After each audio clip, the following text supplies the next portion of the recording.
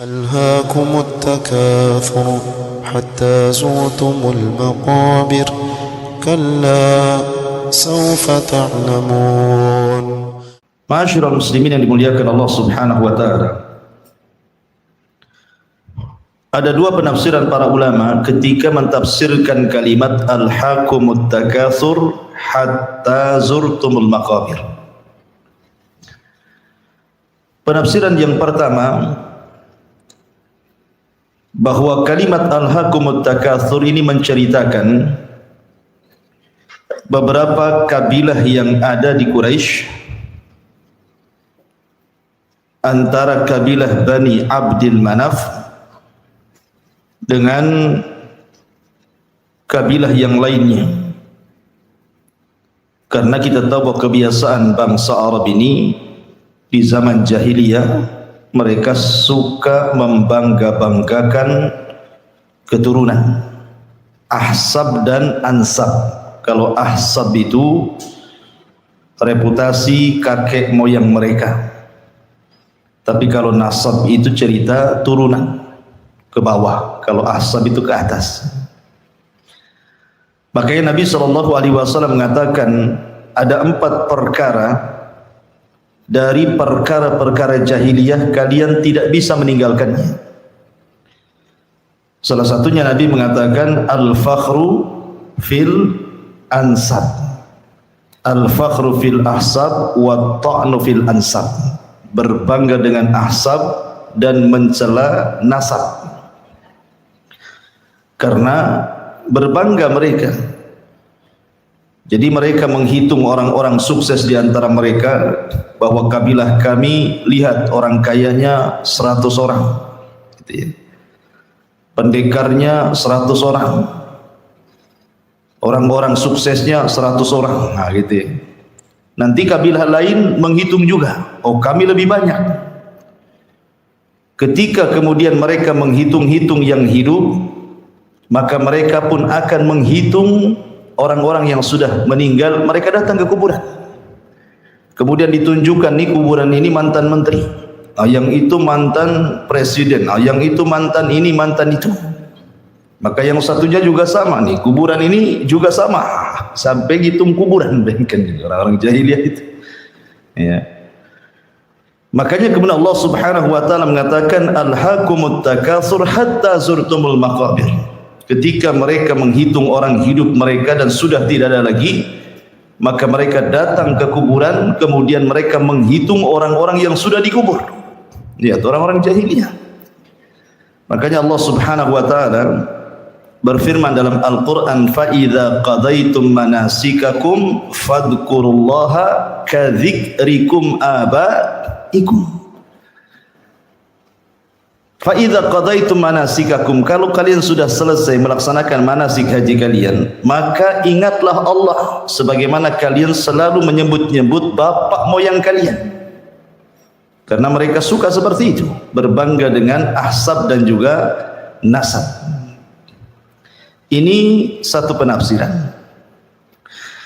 Penafsiran yang lain, maksudnya alhaakumut takatsur hatta zurtumul maqabirin, artinya jangan sampai kemudian menyibukkan kalian, karena kalian ini sibuk dengan mencari harta, kekayaan, kedudukan, kepemimpinan, sampai kalian lalai mengingat Allah Subhanahu wa taala sehingga kematian menjemput kalian. Itulah makna alhaakumut takatsur hatta zurtumul maqabir.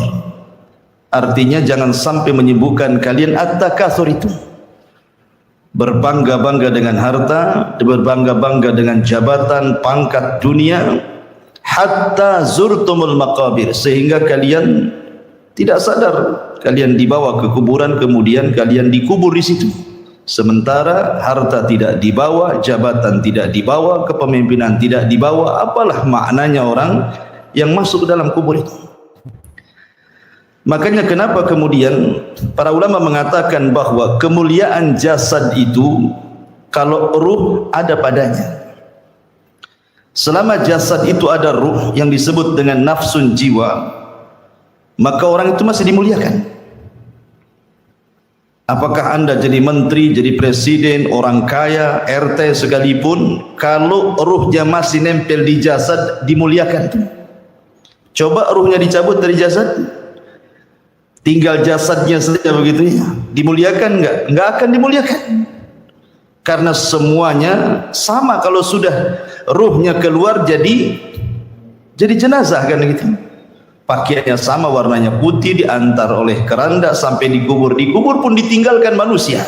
Mau anda mantan apapun, kalau sudah dikubur ditinggalkan manusia.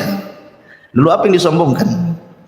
Alhaakumut takatsur hatta zurtumul maqabir. Karena begini ikhwan, di dalam Al-Quranul Karim Allah subhanahu wa ta'ala berfirman, i'lamu annamal hayatud dunya la'ibun wa zinatun wa tafakhurun bainakum wa takathurun fil amwali wal aulad. Ini hakikat dunia. Nabi SAW mengatakan hakikat dunia itu, i'lamu, ketahuilah, innamal hayatud dunya, kehidupan dunia itu satu, la'ibun, hanya permainan.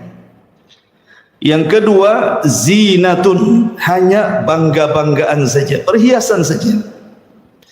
Kemudian tafakhur bainakum, saling berbangga dan sombong di antara satu dengan yang lainnya. Kemudian yang keempat, takathurun fil amwal, hanya memperbanyak harta saja. Kemudian yang terakhir, wal audah, memperbanyak anak, kemudian bangga dengan anak. Ini 5 perkara hakikat dunia. Makanya kemudian di ujung ayat Allah mengatakan, wa mal hayatud dunya illa mata'ul ghurur. Kehidupan dunia ini hanya perhiasan yang menipu hakikatnya. Maka di sini Allah mengatakan, alhaakumut takatsur, jangan menyibukkan kalian dari zikir kepada Allah karena kalian sibuk mengejar dunia dan meninggalkan akhirat. Makanya kenapa ketika Nabi SAW bicara tentang orang yang mereka meninggalkan salat, apa kata Rasul? Ulaika ma'al, mereka bersama orang-orang yang disebutkan dalam hadis Nabi. Pertama, ma'a Fir'aun, akan dikumpulkan bersama Fir'aun. Kemudian wahaman, dikumpulkan dengan Haman. Kemudian yang ketiga dikumpulkan dengan Qarun, dan yang keempat dikumpulkan dengan Ubay ibn Khalaf. Rasul menyebutkan 4 orang ini, orang yang tidak pernah atau meninggalkan salat. Maka mereka dikumpulkan dengan 4 orang ini. Pertama Fir'aun, yang kedua Haman, yang ketiga Qarun, dan yang keempat Ubay bin Khalaf. Kenapa? Karena orang lalai dari salat itu biasanya, pertama Fir'aun maksudnya kekuasaan. Ketika orang sibuk mengejar kekuasaan, berpolitik, maka dia akan disibukkan dengan itu dan tidak akan memikirkan salat. Yang kedua Haman. Haman itu perdana menteri, perdana menterinya Fir'aun, Haman itu. Maka sibuk melayani penguasa dengan cara menjilat penguasa, ke sana kemari mempromosikan gitu, supaya diangkat lagi, kalau bisa 10 periode ya. Sibuk sana sini, akhirnya lupa salat. Kemudian Allah contohkan dengan Qarun, karena Qarun itu sibuk dengan harta. Orang kalau sibuk dengan harta, jama'a malahu wa addada yahsabu anna malahu akhlada, maka lupa dengan salat.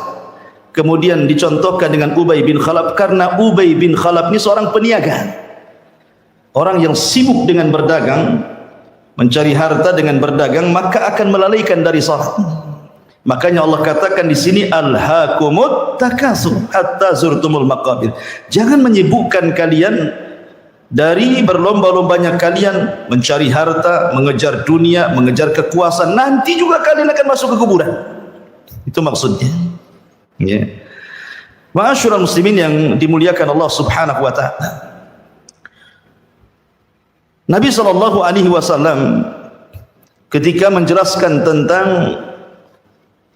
hakikat harta, maka Nabi SAW mengatakan, maluka ma akalta fa afnaita wa ma labista fa ablaita wa ma tasaddaqta fa abqaita. Hartamu, kata Rasul, yang kau makan pasti habis, yang kau pakai pasti usang, tetapi yang kau belanjakan itulah sesungguhnya hartamu yang sesungguhnya. Makanya Rasul mengatakan, idza mata ibnu Adam in qata amaluhu illa min salasin, salah satunya sadaqatun jariyah. Sedekah yang mengalir itulah harta yang akan dibawa mati. Selebihnya harta itu hakikatnya at-tajmi wa tafriq. Apa tajmi wa tafriq itu? Tajmi itu hanya mengumpul-ngumpulkan saja, habis itu ditinggalkan. Itulah hakikat harta. Karena orang itu semakin tua, ketika dia dari muda memang sudah jadi pembisnis sukses, semakin tua bukan beristirahat. Coba lihat para pengusaha itu kan, makin tua itu bukan beristirahat, artinya bukan mencukupkan dengan yang ada, yang dia cari semasa di dunia, tapi justru makin tua makin sibuk dia, makin buat cabang sana, cabang sini, cabang sana, cabang sini. Sebagaimana dengan bertambahnya uban, bertambahnya pula kesibukan dunia. Itulah orang tua. Artinya harta ini tidak akan mengenyangkan, bahkan tidak akan memuaskan sama sekali. Kalau seandainya dia bercita-cita punya satu lembah emas, sudah punya itu pasti pengen lagi lembah emas kedua, lembah emas ketiga, dan begitu seterusnya. Makanya kemudian Allah mengatakan hakikat harta itu tajmi, dikumpulkan sampai rumahnya banyak, kendaraannya banyak, asetnya di mana-mana. Tidak terasa kemudian kena stroke atau kecelakaan di jalan, tiba-tiba mati. Lalu apa yang ditinggalkan coba? Dari pagi sampai sore dia bekerja, dari muda sampai tua dia bekerja, sudah banyak hartanya mati. Itulah makanya hakikat harta itu dikumpulkan kemudian ditinggalkan menjadi rebutan ahli warisnya. Makanya Allah mengingatkan dengan kalimat alhaakumut takatsur hatta zurtumul maqabir. Ada seorang penyair mengatakan, ara ahlal qusuri idza umitu banau fawqal maqabiri bis-suhuri abau illa mubahatan wa fakhran alal fuqara'i hatta fil quburi. Aku melihat mereka orang-orang kaya itu apabila mereka mati, maka mereka akan membangun di atas kuburan mereka layaknya istana. Mereka enggan kecuali hanya sekedar membangga-banggakan dirinya terhadap orang-orang fakir, sampai pun ketika mereka masuk ke dalam kuburan. Artinya bahwa sekaya apapun orang itu pasti mati. Fir'aun di mana sekarang? Di kuburan. Namrud di mana? Di kuburan. Kaum Ad yang kuat-kuat itu sekarang di kuburan. Kaum Samud, kaum Nuh, semua di kuburan. Dan ketika Nabi SAW mengistilahkan hatta zurtumul maqabir, ketika kita ke kuburan, apa bahasanya? Ziarah kubur kan? Ziarah kubur. Kalimat ziarah itu bukan menetap, namanya ziarah. Antum datang ke rumah saya, ana ziarah ke rumah Abu Humairah. Apakah kemudian ketika antum masuk rumah saya, antum tidak mau pergi sampai mati di situ? Enggak kan? Paling sebentar saja ziarah itu. Namanya ziarah kan mampir, ngobrol, terus pulang. Artinya bahwa kuburan itu juga tempat ziarah. Karena ada alam lain selain kuburan. Namanya akhirat nanti, padang mahsyar, ada surga dan neraka. Di kuburan pun mampir. Bukan selamanya orang di kuburan itu. Sebagaimana orang di dunia juga mampir, di kuburan juga mampir. Nanti hakikat kehidupan itu imma fil jannah wa imma finnar. Boleh jadi orang itu masuk ke neraka, naudzubillah, atau boleh jadi dia masuk ke dalam surga. Jadi kalau kuburan saja, ziarah saja, apalagi kehidupan dunia. Makanya Nabi SAW mengatakan kepada Ibnu Umar dan mengatakan, kun fid dunya ka'annaka gharib aw abiru sabil, kan gitu. Wahai Ibnu Umar, jadikan di dunia itu seperti orang asing atau seperti seorang musafir yang hanya singgah sebentar kemudian melanjutkan perjalanan. Ma'asyiral muslimin yang dimuliakan Allah Subhanahu wa taala. Kemudian Allah Subhanahu wa taala mengatakan, alhaakumut takatsur hatta zurtumul maqabir kalla saufa ta'lamun thumma kalla saufa ta'lamun. Kalla ini kalimat jazr, jangan begitu. Artinya janganlah kalian mengejar dunia itu sampai melalaikan Allah. Janganlah kalian mengejar jabatan itu sampai melalaikan mengingat Allah. Janganlah kalian sibuk dengan urusan dunia ini, akhirnya Allah ditinggalkan. Kalla, jangan seperti itu. Saufa ta'lamun, kalian nanti akan tahu. Kemudian Allah ulang lagi, summa kalla, kemudian jangan begitu. Saufa ta'lamun, kalian akan mengetahui. Kalimat dua kali, saufa ta'lamun, summa kalla saufa ta'lamun. Apakah dua kalimat yang terulang itu litakid, hanya untuk menguatkan, ataukah litaksis, artinya bahwa saufa ta'lamun yang pertama berbeda dengan saufa ta'lamun yang kedua? Para ulama berselisih pendapat. Tetapi pendapat yang kuat wallahu alam bahwa kalla saufa ta'lamun dengan summa kalla saufa ta'lamun ini bukan takkid, ini bukan penguat, tetapi ini jumlah baru. Karena bagaimanapun dalam bahasa Arab at-ta'sis muqaddam ala takkid, kata ulama. Kalau ada dua kalimat yang terulang, maka jumlah baru itu lebih diutamakan dibandingkan penguat. Satu. Yang kedua, ada kalimat summa, kemudian. Kalimat kemudian ini menunjukkan ada waktu, ada jeda di situ. Berarti saufa ta'lamun pertama berbeda dengan saufa ta'lamun kedua. Kemudian yang ketiga, karena ada perkataan Ali bin Abi Thalib radhiyallahu an ketika memberikan catatan kepada kalla saufa ta'lamun, artinya kalla, sekali-kali jangan seperti itu. Saufa ta'lamun, kalian akan mengetahui kapan? Inda sakaratil maut, ketika anda mengalami sakaratul maut. Karena orang yang sedang sakaratul maut, dia melihat apa yang kita tidak bisa melihat. Orang yang sedang sakaratul maut itu melihat apa yang kita tidak bisa lihat, karena dia melihat malakul maut, melihat catatan amalnya. Fakashafna anhu ghita'ak, dan Allah singkapkan penutup kegaiban. Artinya ketika kita masih hidup kita tidak bisa melihat. Tapi orang yang sedang sakaratul maut, dia melihat malakul maut dan melihat catatannya walaupun sesaat. Ini mana yang pertama. Kemudian summa kalla saufa ta'lamun, kata Ali bin Abi Thalib, maksudnya saufa ta'lamun kedua ini. Dan jangan seperti itu, karena engkau akan mengetahui kelak kalau sudah masuk di dalam kubur. Jadi saufa ta'lamun yang kedua ketika sakaratul maut, dan kalla saufa ta'lamun yang kedua ketika orang sudah masuk ke dalam kubur. Begini gambaran ya ikhwan. Ketika orang sedang sakaratul maut, maka Allah subhanahu wa ta'ala mengutus, ada yang mengatakan 4 malaikat. Satu malakul maut, memang tugasnya hanya mencabut nyawa saja, namanya disebut malakul maut. Kemudian yang 3 itu disebut rusulul maut. Makanya Allah berfirman dalam Al-Quran, tawaffathum rusuluna. Tawaffathum rusuluna menggunakan jamak. Maka mereka diwafatkan oleh rusuluna, utusan-utusan kami.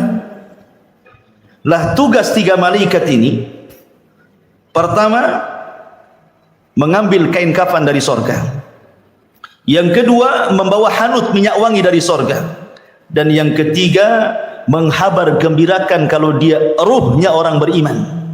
Sebagaimana firman Allah Azza wa Jalla, innal ladzina qalu rabbuna Allah tsumma istaqamu tatanazzalu alaihimul malaikatu alla takhafu wa la tahzanu wa abshiru bil jannati allati kuntum tu'adun. Orang-orang yang mengatakan Rabb kami Allah kemudian istiqamah dengan kata-kata itu, maka malaikat akan turun dan membisikkan di telinganya, jangan takut, jangan sedih, karena sorga sudah menanti.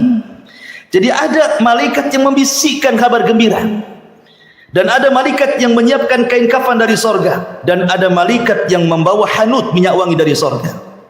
Jadi ketika malakul maut mencabut roh itu, kemudian diletakkan di kain kafan, kemudian dibungkus, dan tugas malaikat maut sampai di sini. Kemudian rusulul maut baru yang mengangkat ke langit. Kemudian dibukakan langit pertama, kedua sampai ketujuh. Kemudian Allah subhanahu wa ta'ala firmankan, letakkan kembali ruhnya ke dalam jasadnya, tapi catatan yang mengikuti di bawahnya angkat sampai ke tempat yang disebut dengan illiyin, tempat yang paling tinggi di sorga.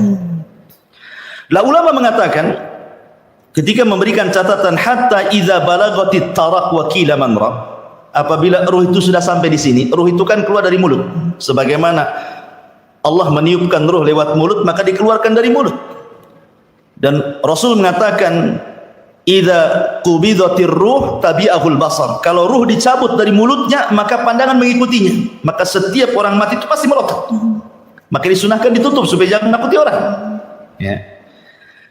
Lah di situ ketika Allah mengatakan hatta idza balagatit taraq, ketika ruh sampai di tenggorokan, wakila man rah, siapa yang bisa meruqyah dia? Maksudnya mengembalikan, mengobati dia, mengembalikan ruhnya, enggak ada yang bisa. Lah ketika itu Allah mengatakan fakashafna anhul ghita'a, Allah singkap alam kegaiban bagi dia. Dia bisa melihat malakul maut. Kita tidak bisa melihat malakul maut, tapi orang yang sedang sakarat dia tahu malakul maut, nampak bagi dia. Dan juga catatan amalnya, ya. Kalau catatan amalnya selama di dunia itu baik, ya kan, maka di situ terkadang ditampakkan husnul khotimah, terkadang dia meninggalnya senyum, terkadang berkeringat di dahinya, terkadang membaca Al-Quran, terkadang membaca la ilaha illallah, ditampakkan di situ, ya. Tetapi kalau ini ruhnya bukan orang yang beriman, ruhnya orang kafir, tentu tugas malaikat-malaikat lain akan berbeda, karena kain kafan diambil dari neraka dengan bau busuk yang luar biasa, yang membisikkan pun membentak-bentak dan mengatakan ya ayyatuhan nafsul khabithah, wahai jiwa yang buruk, ukhruji ila sakhatin mir rabbik, keluar karena Allah sudah menanti dengan kemurkaannya. Kan takut ruh ini mau keluar, maka ruh dipaksa keluar sampai Rasul mengatakan seperti safud. Safud itu macam cerulit gitu ya, macam senjata bengkok, kemudian dimasukkan ke dalam kambing wol. Kambing wol yang belum dicukur itu kan gimbal-gimbal itu rambutnya, dimasukkan ke dalam bulu kambing wol, kemudian disiram kambing itu, maka akan nempel bulu-bulunya. Kemudian dipaksa pisau itu sehingga merontokkan bulu-bulunya. Begitulah Allah gambarkan lewat lisan Rasul bagaimana kematian orang kafir. Lah saat itulah maka orang itu akan menyesal. Di situ akan terjadi penyesalan saat sakaratul maut. Makanya Allah mengatakan kalla saufa ta'lamun, sekali-kali jangan begitu. Saufa ta'lamun, engkau akan mengetahui, hari itu pasti datang sakarat maut itu. Karena orang kalau sudah teralihkan dengan dunia, dia akan merasa bahwa hidupnya dikekalkan. Makanya Allah mengatakan jama'a mala wa adada yahsabu anna malahu akhlada, kan gitu ya. Orang kalau sudah mengumpulkan harta, dia akan lupa kalau dia akan mati biasanya. Akan lupa kalau dia akan mati. Apalagi cenderung kemudian dia dengan hartanya bermaksiat kepada Allah, makin lupa kehidupan akhirat itu. Makanya jangan, Allah mengingatkan di sini, jangan seperti itu, jangan dilalaikan kalian. Jangan seperti itu. Ataupun di sini Allah mengatakan summa kalla saufa ta'lamun. Ini taksis kalimat kedua, berbeda dengan kalimat yang pertama, kata Ali bin Abi Thalib. Kemudian jangan seperti itu, kelak kalian akan mengetahui ketika kalian masuk di dalam kuburan. Karena orang yang dikubur itu mengatakan kepada Allah Subhanahu wa taala, laula akhartani ila ajalin qarib la asaddaqa wa akum minas salihin. Ya Rabb, kalaulah engkau hidupkan aku kembali ke dunia, aku akan sedekahkan semua aku dan aku akan bergabung dengan orang-orang saleh.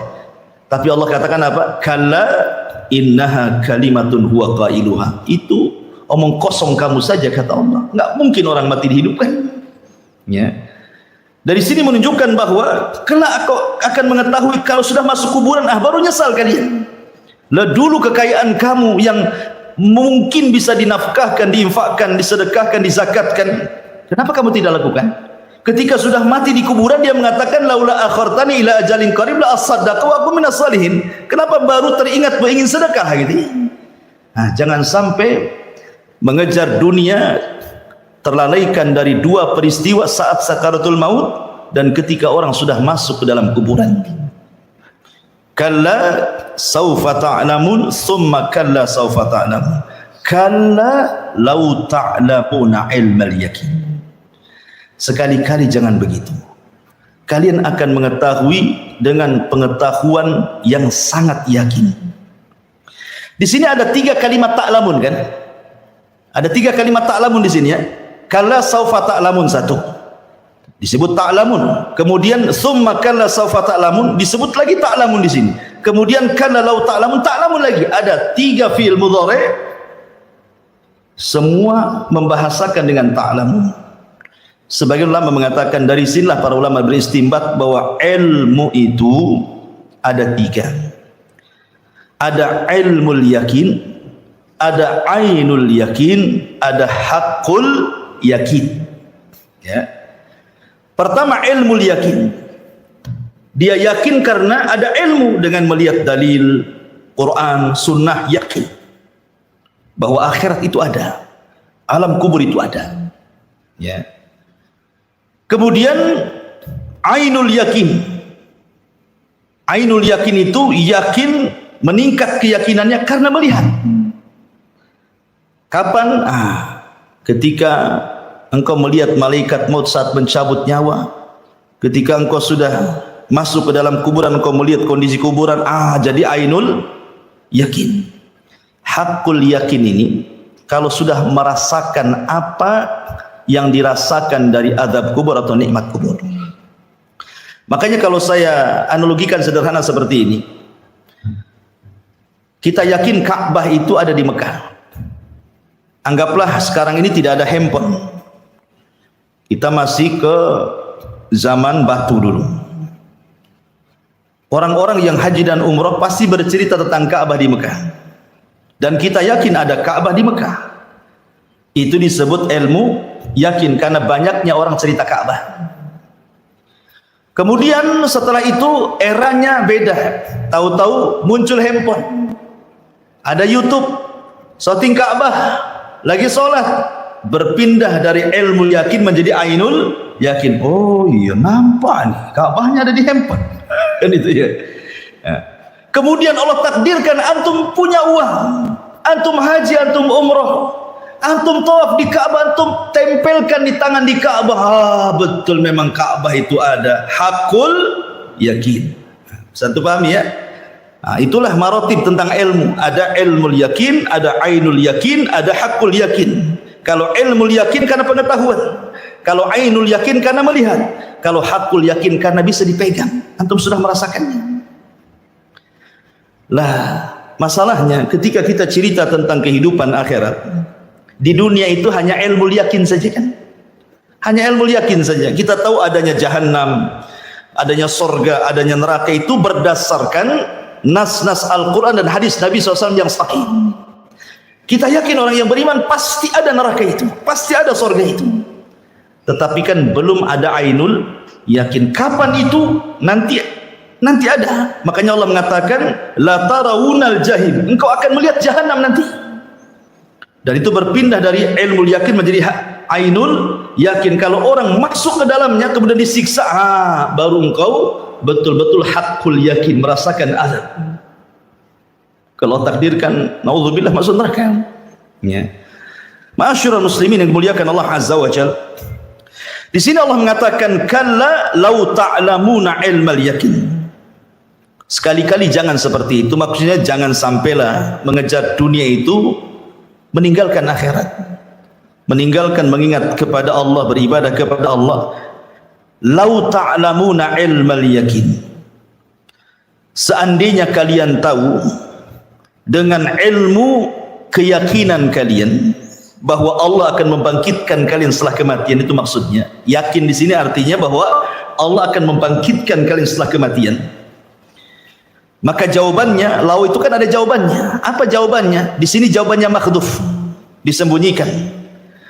Jadi para ulama mengatakan jawaban lau di sini, seandainya kamu mengetahui dengan pengetahuan engkau yang yakin bahwa engkau akan dibangkitkan, lama alhaqumut takatsur, tentu kalian tidak mungkin menyibukkan dengan takatsur. Itu jawabannya. Karena nanti la tarawunal jahim ini bukan sambungan daripada kalla law ta'lamuna ilmal yakin. Itu kalimat baru tuh. Makanya salah kalau orang membaca ketika jadi imam, dia harus berhenti di sini. Jangan disambung. Karena ada orang membaca itu seperti ini, kalla law ta'lamuna ilmal yaqini la tarawunal jahim. Ini salah baca. Karena ini kalimat baru di sini.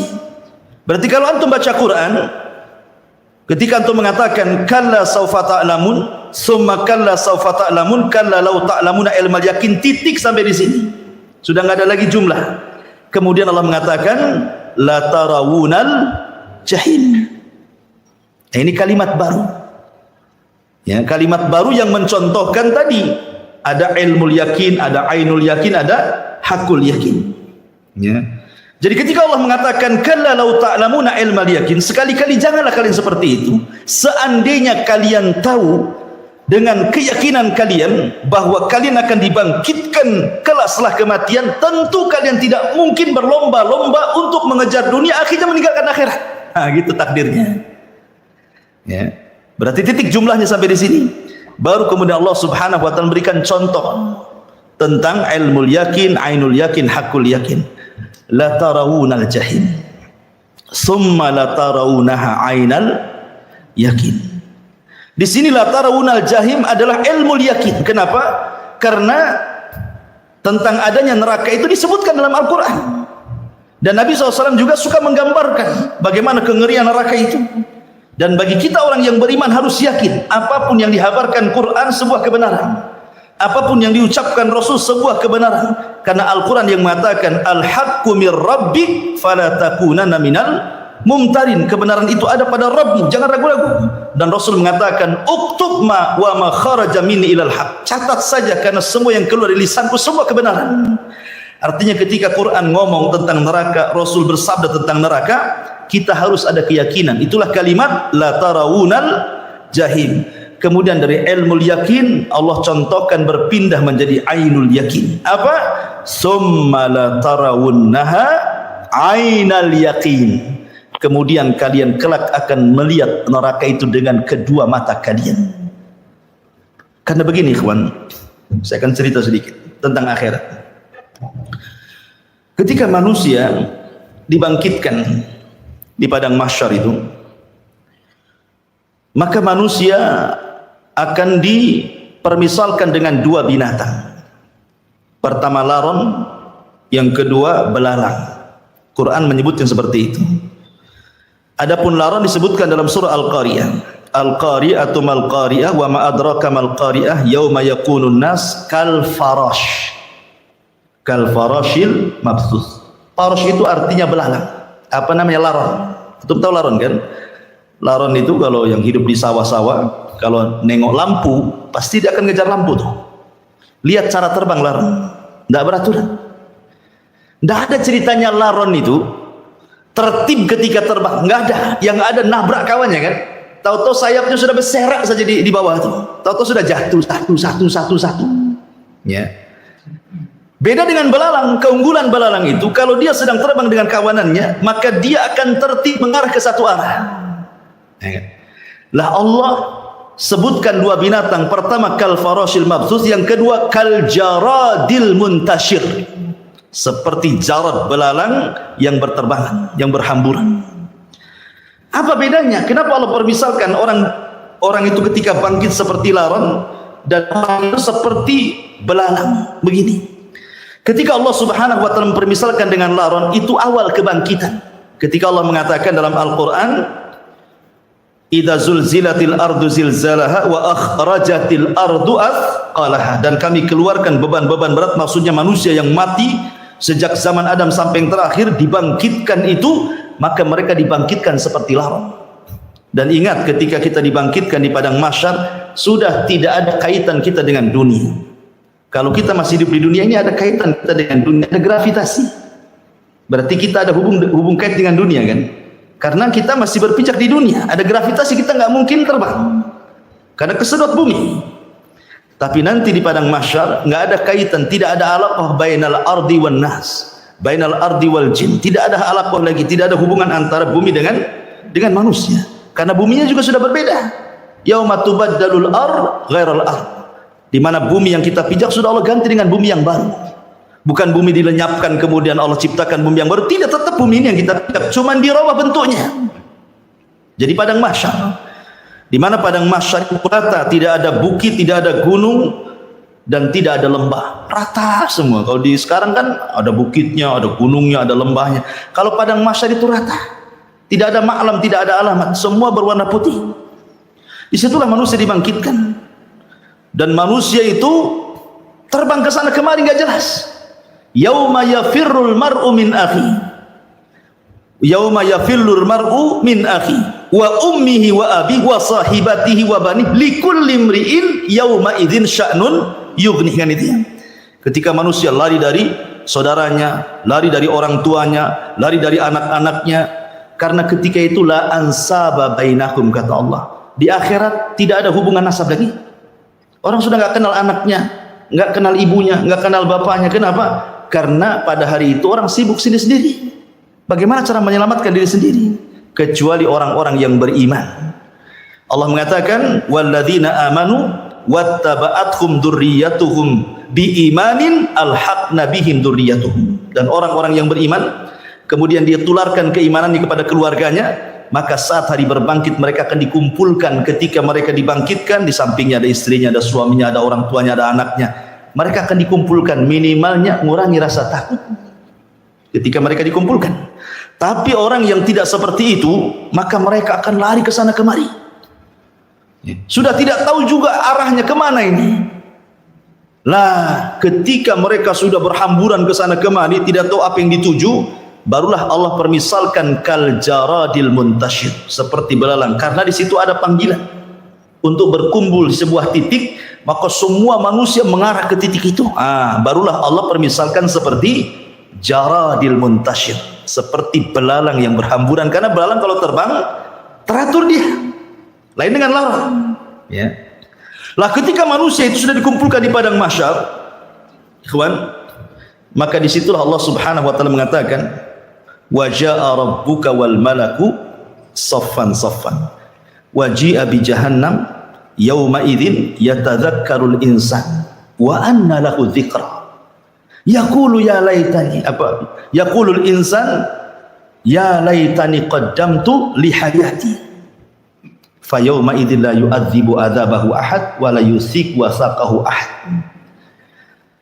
Ketika itu Allah Subhanahu wa taala mendatangi manusia. Walaupun ada khilaf di antara ulama akidah, apakah orang kafir melihat?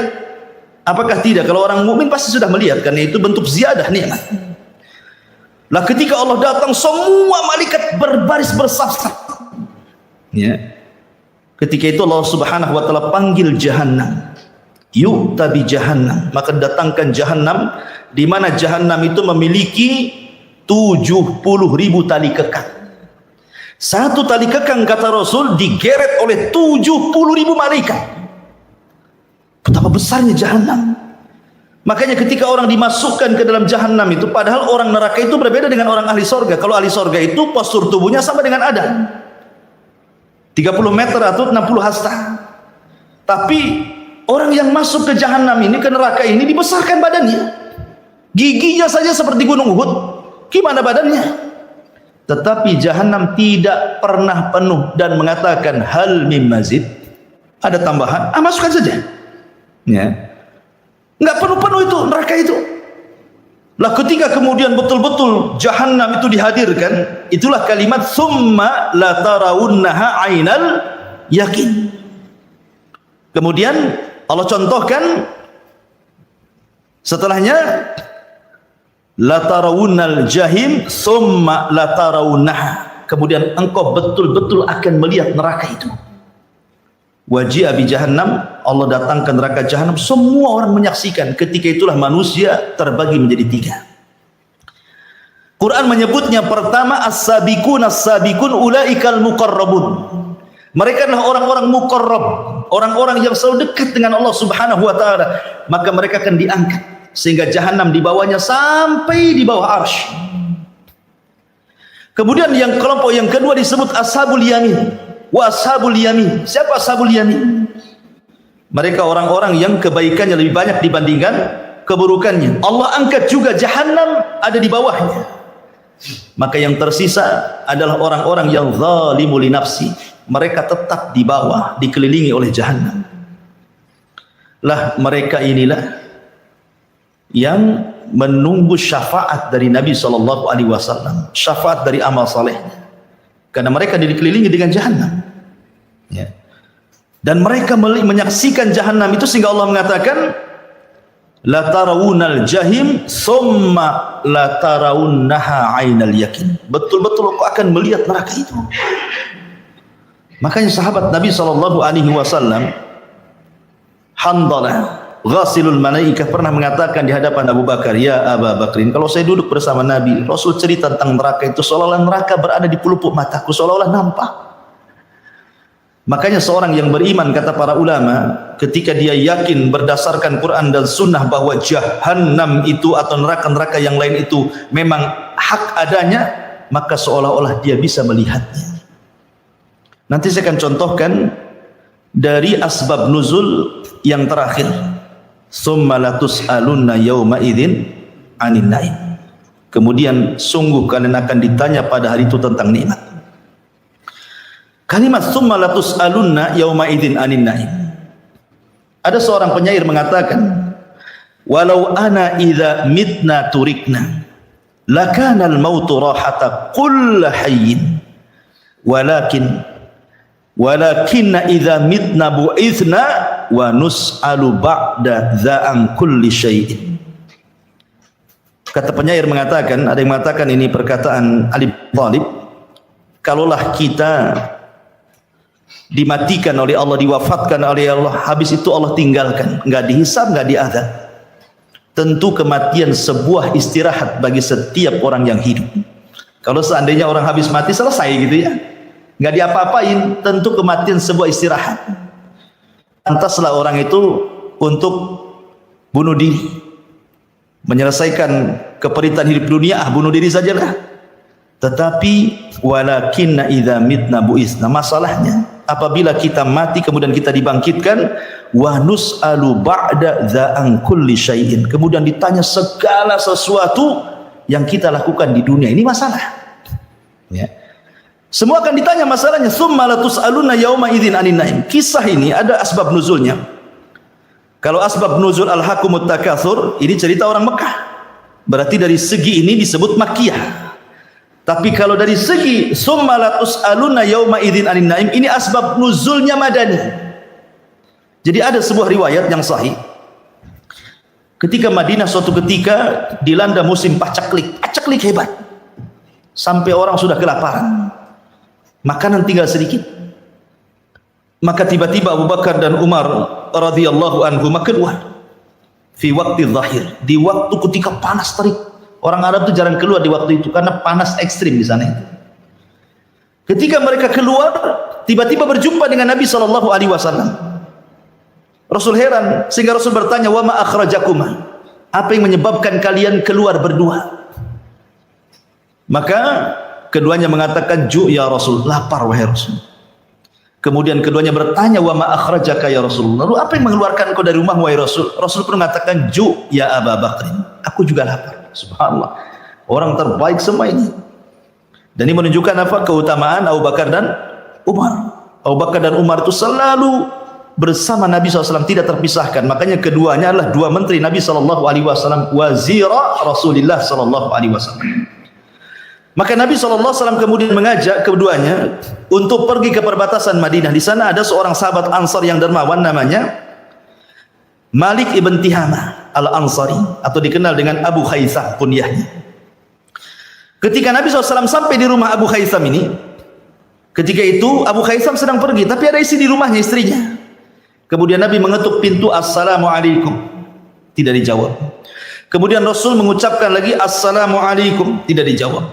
Kemudian yang ketiga, assalamualaikum, tidak dijawab. Ingat bahwa Rasul mengajarkan kalau antum bertamu mengucapkan salam 3 kali langsung pulang, jangan ngintip. Ini assalamualaikum 3 kali nggak dijawab, ke belakang, nggak digedor di depan, digedor belakang. Nanti belakang ini nggak dijawab lagi, tengok di gorden. Nggak boleh.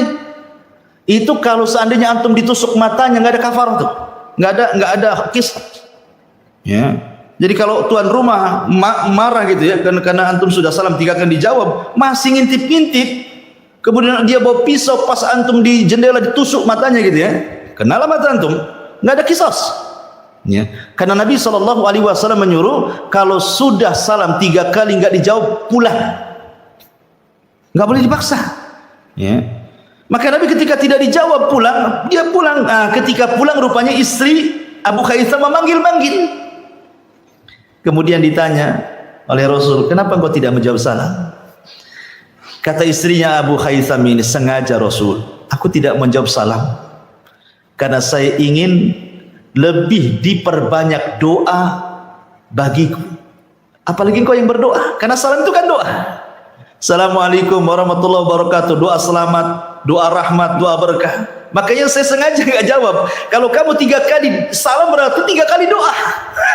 Sahabat dulu ingat. Biarkan kamu terus. Ya, 3 kali doa, saya cuma menjawab waalaikumsalam sekali saja. Ya. Kemudian Rasul bertanya, mana suamimu? Maka dia mengatakan, suamiku lagi mengambil air tawar. Karena air tawar itu susah di zaman itu. Maka Rasul kemudian menunggu sampai datang Abu Khaitham. Ketika Abu Khaitham Malik ibn Tiham al-Ansari ini melihat Nabi SAW, Abu Bakar dan Umar, tentu tidak ada tamu yang lebih istimewa dibandingkan tiga-tiganya. Senang dia. Langsung kemudian dia pun memanjat pohon kurma, mengambil rutab, kurma yang basah itu, ya kan? Dan menyuguhkan Nabi SAW rutab dan air putih. Maksudnya langsung dijamu dulu sambil mengambil pisau untuk menyembelih kambing. Ketika dia hendak menyembelih kambing, yang ketika itu kambing ini mengeluarkan susu, punya anak yang paling besar, dia kan lagi punya anak, lagi nyusui, otomatis disitulah orang itu bisa minum susu.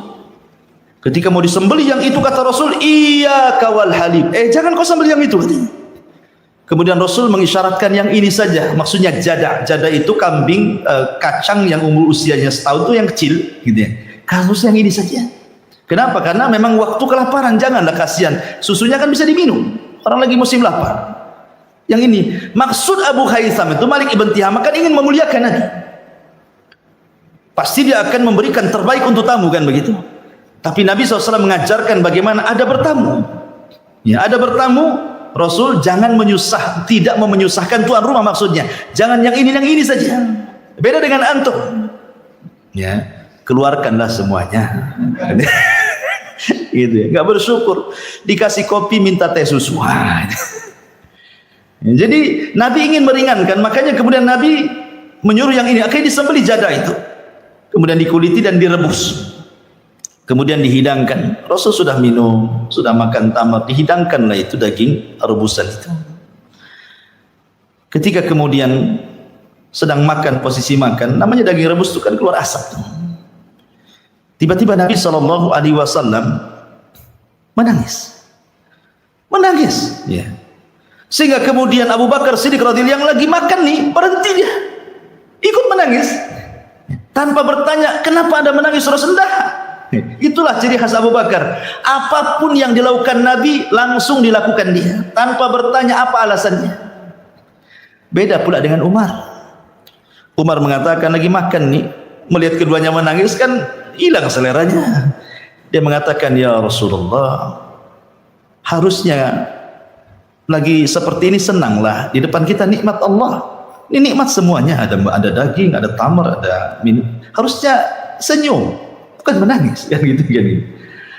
Maka kemudian Umar bertanya, apa sebab menangisnya Rasul?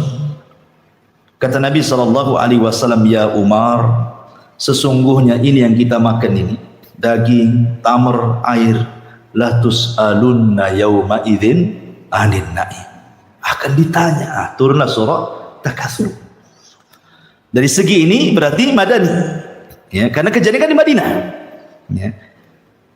Coba bayangkan kalau seandainya hanya daging kambing, kemudian juga tamar, kemudian air putih akan ditanya di hadapan Allah. Anda bisa bayangkan orang yang emasnya gram-graman itu, ya kan? Orang yang uangnya miliar-miliar itu, orang yang asetnya di mana-mana itu, yang tanahnya hektar-hektar di mana-mana itu. Cemana itu pertanyaannya? Daging saja ditanya. Makanya Allah Subhanahu wa taala berfirman, "Falyanzuril insan ila ta'ami." Hendaklah manusia itu melihat makanan yang dimakannya. Kenapa kita disuruh melihat makanan yang dimakannya? Karena ada 2 faedah. Pertama, kalau kita melihat makanan yang kita akan makan, akan menimbulkan rasa takut. Kenapa? Ini akan ditanya, halal atau haram. Ya. Ini dari hasil halal atau haram, zatnya halal atau haram. Timbul rasa takut kan gitu, sehingga dia tidak akan memakan kecuali yang halal. Seperti Abu Bakar Siddiq radhiyallahu anhu ketika diberikan hadiah oleh mantan budak ini, mereka kan rupanya dia dapat dari hasil perdukunan. Dia pura-pura jadi dukun, bukan dukun beneran. Rupanya ramalannya benar. Akhirnya dikasih hadiah tamar, dihadiahkan kepada Abu Bakar.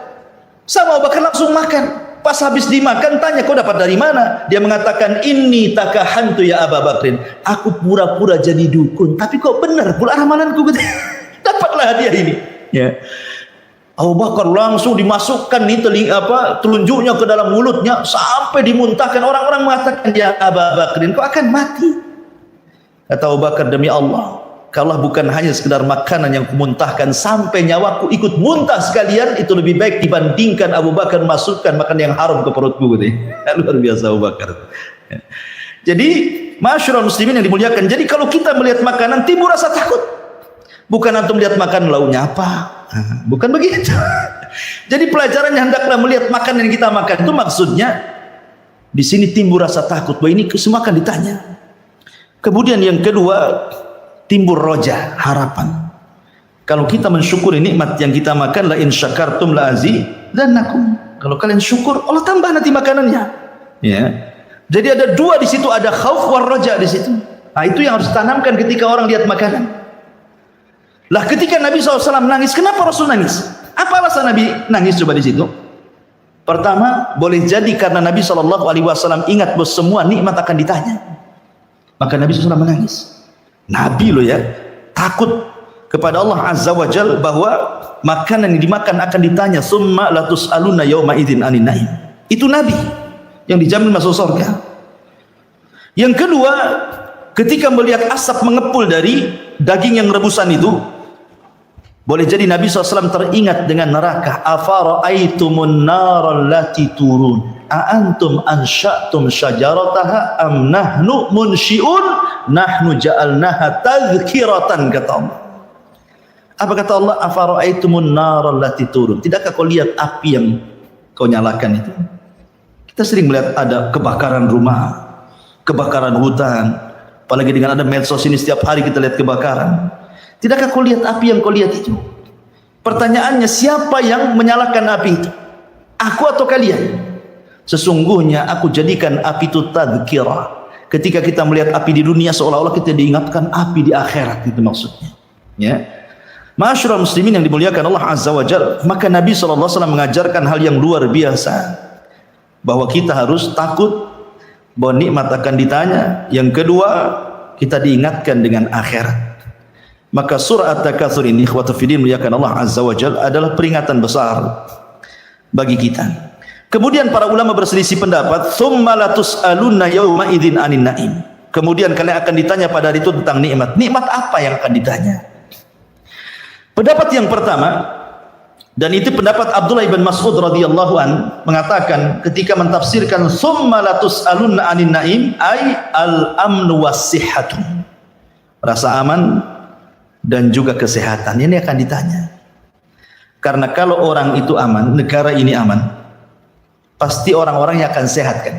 Coba lihat negara yang tidak aman itu di Yaman tuh, atau di Suriah, akhirnya mengungsi, kesehatannya masalah kan. Karena untuk cari uang aja susah, apalagi beli makan. Tapi kita hidup di negeri aman nih.